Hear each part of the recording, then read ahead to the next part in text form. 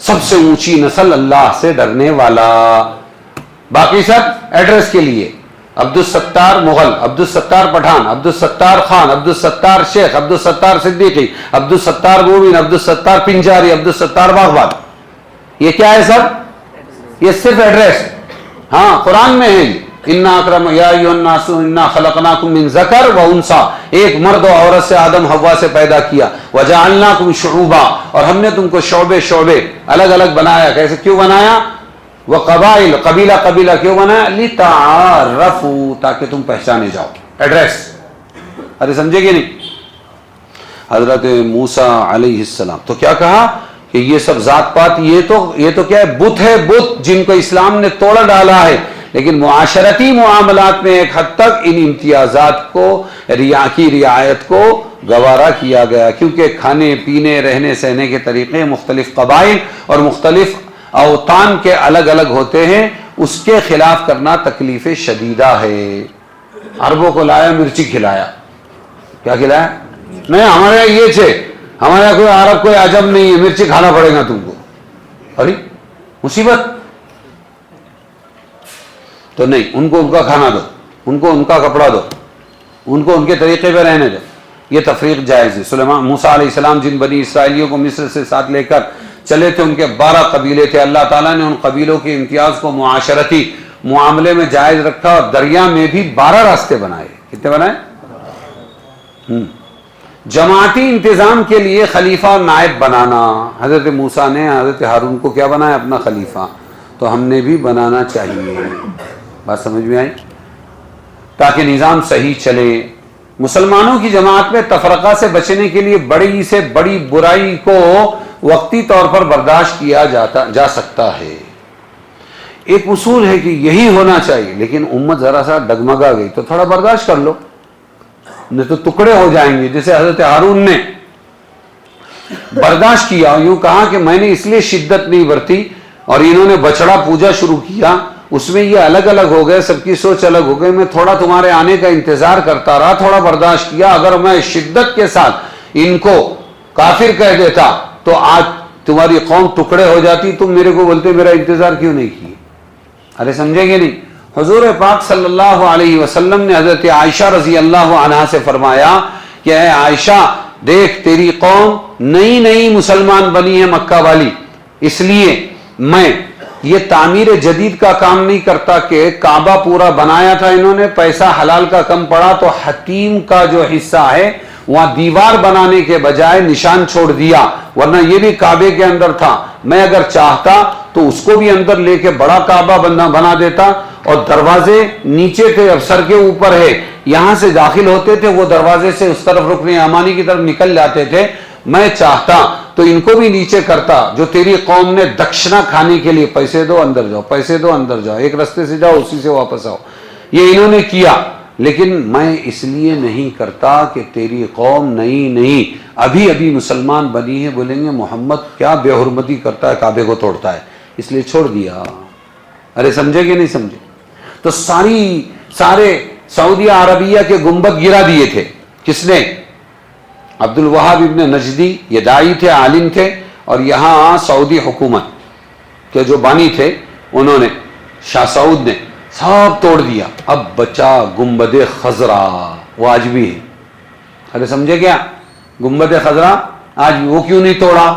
یہ بات کا بنا ہوا ہے، حضور نے تھوڑی بنا. تو کیوں نہیں توڑا؟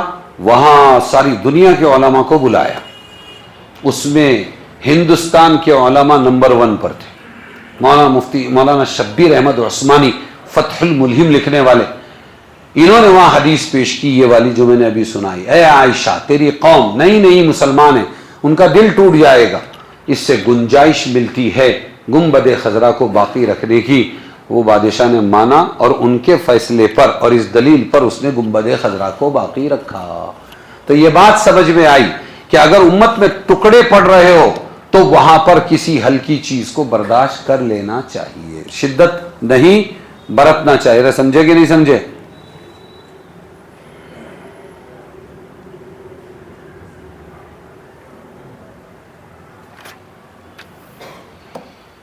جی جناب. آگے آیت ہے بس 45 سے لے کر 50 تک. بولے اے رب ہمارے ہم ڈرتے ہیں کہ بھبک پڑے ہم پر. کون؟ فرعون. آپ بول رہے ہیں کہ موسیٰ اور ہارون تم جاؤ، لیکن یہ تو ہم پر ناراض ہو جائے گا یا جوش میں آ جائے گا.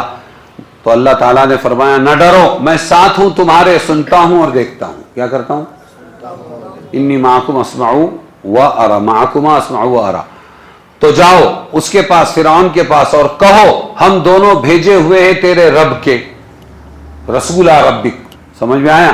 تو بھیج دے ہمارے ساتھ بنی اسرائیل کو اور مت ستا ان کو، ہم آئے ہیں تیرے پاس نشانی لے کر تیرے رب کی، اور سلامتی ہو اس کی جو مان لے راہ کی بات. والسلام علی من اتبع الہدی کا مطلب اور کیا ہے؟ سلامتی ہو اس کی جو مان لے راہ کی بات. اتبع الہدی، ہم کو حکم ملا ہے کہ عذاب اس پر ہے جو جھٹلائے اور منہ پھیرے.